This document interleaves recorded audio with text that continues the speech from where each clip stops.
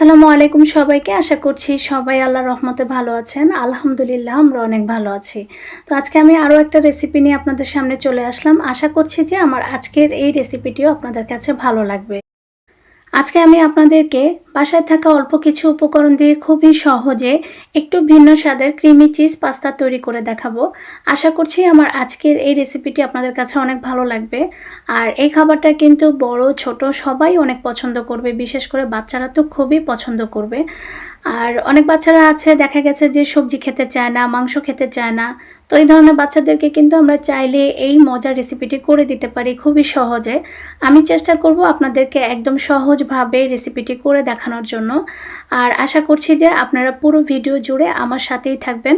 তাহলে চলুন আমি কিভাবে এই মজার রেসিপিটি তৈরি করছি তা আপনাদের সাথে শেয়ার করি। পাস্তা সিদ্ধ করার জন্য এখানে আমি একটা পাতিলে পানি দিয়ে দিয়েছি আর সামান্য পরিমাণে একটু তেল দিয়েছি। তো পানিটা যখন মোটামুটি একটু বলক আসবে তখন এই পাস্তাগুলো আমি পানির মধ্যে দিয়ে দিব। আমি এই ধরনের পাস্তাগুলো নিয়েছি, আপনারা চাইলে কিন্তু যে কোনো পাস্তা নিতে পারেন। এখন এই পাস্তাটাকে আমি ভালো করে একটু সিদ্ধ করে নিব।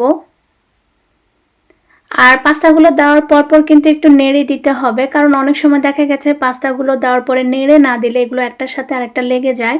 তো সেই ক্ষেত্রে কিন্তু অবশ্যই পাস্তাগুলোকে একটু নেড়ে দিতে হবে। পাস্তাগুলো সিদ্ধ করা হয়ে গিয়েছে, এখন এগুলোকে আমি নামিয়ে নিচ্ছি। আর এদিক দিয়ে আমি এখন সসটা তৈরি করে নিব। তো এর জন্য এখানে আমি 2 টেবিল চামচ পরিমাণ বাটার দিয়েছি। আপনারা কিন্তু চাইলে বাটারের পরিবর্তে এখানে অলিভ অয়েল তেলটাও ইউজ করতে পারেন।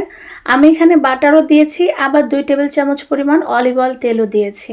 তো বাটারটাকে একটু গলিয়ে নিচ্ছি ভালো করে।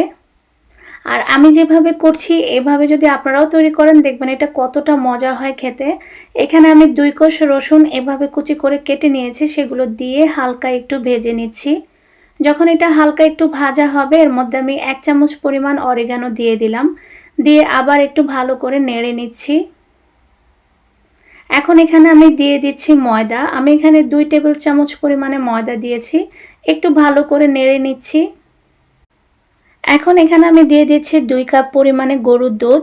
আমি আগে থেকে জাল করে রেখেছিলাম, সেটা দিয়ে দিচ্ছি। দেওয়ার পরে হালকা একটু নেড়ে নিচ্ছি আমি।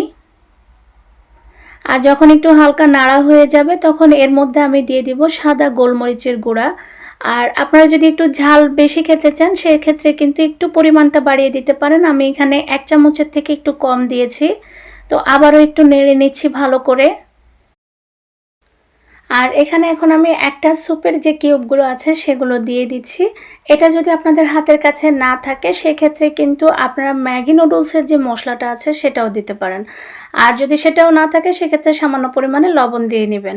আর এখানে এখন আমি 1 চামচ পরিমাণ দিয়ে দিলাম চিলি ফ্লেক্স। এক্ষেত্রে আপনারা যদি ঝালটা একটু বেশি খেতে চান তাহলে চিলি ফ্লেক্সের পরিমাণটা একটু বাড়িয়ে দিতে পারেন। এখন এই সসটাকে আমি একটু ভালো করে ঘন করে নিচ্ছি, তবে আবার খুব বেশি কিন্তু ঘন করা যাবে না। যেহেতু এখানে আমি চিজ দিব সেজন্য কিন্তু খুব বেশি ঘন করা যাবে না। তো এটাকে আমি একটু ভালো করে নেড়ে নিচ্ছি, কারণ না হলে আবার নিচের থেকে লেগে যাবে। ঠিক এইভাবে করে এই যে দেখুন এটা কিন্তু এখন মোটামুটি ঘন হয়ে এসেছে। এই পর্যায়ে আমি চুলাটাকে বন্ধ করে দিব।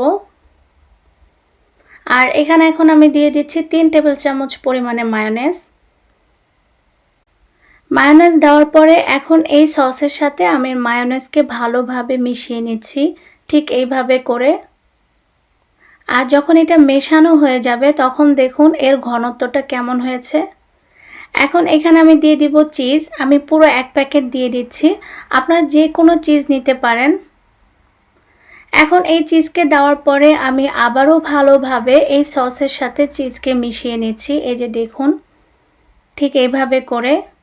আর এই পর্যায়ে কিন্তু চুলার আঁচ পুরোই বন্ধ আছে। এই যে দেখুন মেশানো হয়ে গিয়েছে। বাস এখন আমি এই সসটা রেখে দিব। আর এখন আমি চলে যাব পাস্তা রান্না করার জন্য। এখন এখানে আমি আবারও একটা পাতিল বসিয়ে দিলাম। আর এর মধ্যে এখন দিয়ে দিচ্ছি আমি 3 টেবিল চামচ পরিমাণে বাটার। আর এখানে আমি দিয়ে দিচ্ছি 3 টেবিল চামচ পরিমাণে অলিভ অয়েল তেল। এখন বাটারটাকে একটু গলিয়ে নিচ্ছি। যখন বাটারটা গলে যাবে তখন এর মধ্যে আমি দিয়ে দিচ্ছি আগে থেকে সিদ্ধ করে রাখা মুরগির মাংস। আমি মুরগির মাংসগুলোকে আমি এইভাবে করে কেটে নিয়েছি। এখন এই বাটারের মধ্যে আমি মাংসগুলোকে হালকা একটু ভেজে নিচ্ছি। আর এতে করে কিন্তু মাংসগুলো খেতে অনেক মজা লাগে।